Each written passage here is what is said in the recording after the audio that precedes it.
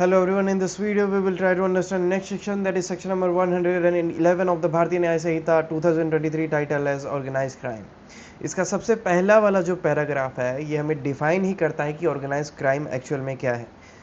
सरल भाषा में बताता हूँ कि कोई व्यक्ति ऑफेंस कमिट करता है, ठीक है, क्राइम है, लेकिन वही व्यक्ति कंटिन्यूसली लगातार हर महीने 2 बार सेम ऑफेंस कमिट कर रहा है, साल में 12 बार, साल में 15, मतलब हैबिचुअल है वो उसी ऑफेंस को करने के लिए, तो वैसे केस में वो जो क्राइम है वो जो कर रहा है that gonna be said organise crime.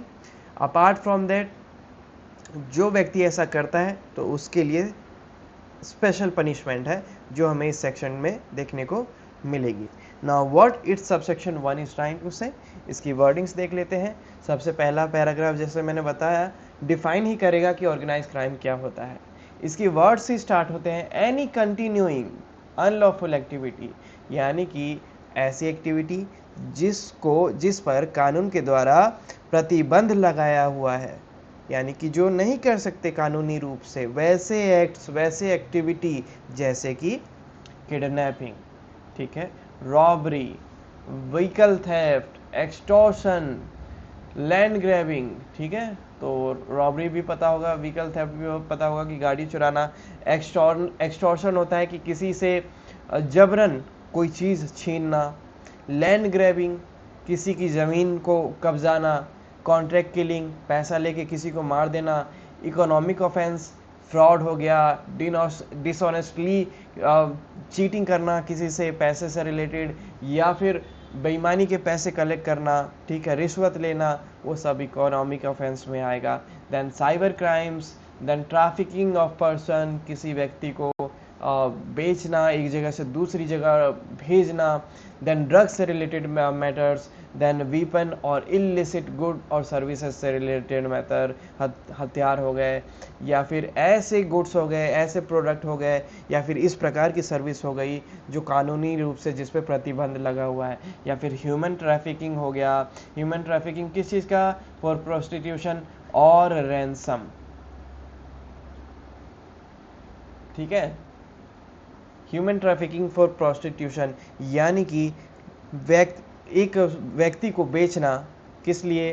वैश्यावृत्ति, उससे वैश्यावृत्ति करवाने के लिए, या फिर एक व्यक्ति को अपने पास ज़बरदस्ती बैठा के रखना ताकि उसके जान पहचान वालों से पैसा निकलवाया जा सके। इसको हिंदी में क्या कहते हैं?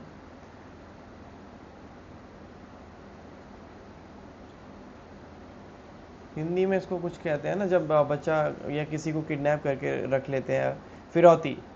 The Hindi term will be फिरौती। तो फिरौती मांगना, किसी को अपने कब्जे में रख के और उसके जान पहचान वाले लोगों से फिरौती मांगना। तो वैसी सिचुएशन में जो पर्सन को इन्होंने किडनैप करके रखा होता है that will be count as human trafficking. Apart from that prostitution, किसी महिला को, किसी लड़की को एक जगह से दूसरी जगह भेजना या फिर उसको कैच करके पकड़ के रखना, किस पर्पज़ से? वैसे उस ताकि उससे वैश्यावृत्ति करवाई जा सके, तो उस पर्पज़ से कोई हैबिचुअली बार बार ये चीज़ करवा रहा है तो ये सब ऑर्गेनाइज क्राइम में आ जाएगा, ठीक है। चाहे किडनैपिंग हो, रॉबरी हो, व्हीकल थेफ्ट हो, एक्सटॉर्शन हो, लैंड ग्रैबिंग हो, कॉन्ट्रैक्ट किलिंग हो, इकोनॉमिक ऑफेंस हो, साइबर क्राइम्स हो, ट्रैफिकिंग ऑफ पर्सन हो, ड्रग हो, वीपन और इलिसिट गुड्स और सर्विसेज हो, चाहे ह्यूमन ट्रैफिकिंग फॉर प्रोस्टिट्यूशन और रैंसम हो। किस किस के द्वारा?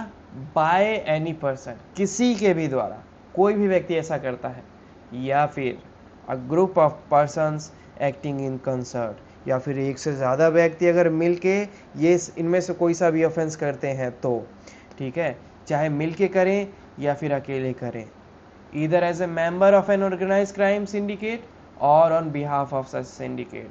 चाहे एज अ मेंबर करें उस ग्रुप के, वो जो सिंडिकेट है, वो जो गैंग है उसका मेंबर करे, या फिर वो गैंग किसी और व्यक्ति से करवाए और कोई और व्यक्ति उस गैंग के बिहाफ पे करे, ठीक है। तो या तो उस गैंग का मेंबर करे या फिर कोई भी व्यक्ति करे उस गैंग के बिहाफ पे, या फिर on behalf of such syndicate, ठीक है। बाय यूज ऑफ वायलेंस, ठीक है, वायलेंस को हिंदी में क्या बोलते हैं?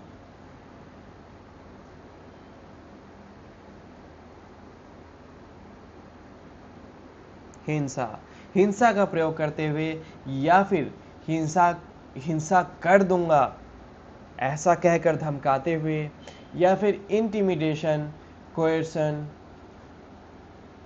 इंटिमिडेशन होता है धमकी देना, कोएर्सन होता है टू गिव थ्रेट्स, इंटिमिडेशन, और कोएर्सन होता है किसी से फोर्सफुली, ज़बरदस्ती किसी काम को करवाने के लिए कहना, उसको धमकाना। ठीक है, थोड़ा सा फ़र्क है, इसमें धमकाते हैं, इसमें थ्रेट देते हैं, और इसमें ज़बरदस्ती कोई चीज़ करवाते हैं कोएर्सन में, और by any other unlawful means, या फिर इस तरीके से या फिर किसी भी अन्य अनलॉफुल तरीके से, गैर कानूनी तरीके से अगर कोई करवाने की कोशिश करे, टू ऑब्टेन डायरेक्ट और इनडायरेक्ट मटेरियल बेनिफिट। चाहे वो डायरेक्ट उससे, वो ऐसा क्यों करवाता है, ताकि उससे कुछ बेनिफिट मिले। अब बेनिफिट कोई से भी प्रकार का हो सकता है, डायरेक्ट उससे मिले या फिर इनडायरेक्ट मिले। डायरेक्ट मीन्स इकोनॉमिकल बेनिफिट उसे मिल सकता है, उससे पैसा मिल सकता है। इनडायरेक्टली उसका कोई प्रोजेक्ट जो अटका हुआ है और वो धमकाता है, तो किसी उस व्यक्ति को ना मिलके उस व्यक्ति को मिल जाता है, मतलब जिसको एक्चुअल में मिलना था उसका छूट जाता है, और जो धमकाता है उसे मिल जाता है, या फिर उसका नाम हो जाता है, या फिर उसका पॉलिटिकल कनेक्शन है तो उसमें उसका प्रॉफिट हो जाता है। तो इनडायरेक्टली भी कोई बेनिफिट अगर उसको मिले तो वो भी इसमें मेंशन किया गया है कि बेनिफिट सिर्फ डायरेक्टली ही नहीं, बेनिफिट इनडायरेक्टली भी अगर हो, और उस पर्पज से वो इंटिमिडेशन करके या कोएर्सन करके या फिर वॉयलेंस का यूज़ करके या फिर वॉयलेंस की धमकी देते हुए, इनमें से कोई सा भी एक्ट वो कमिट करता है रेगुलरली, तो वो ऑर्गेनाइज क्राइम में काउंट किया जाएगा।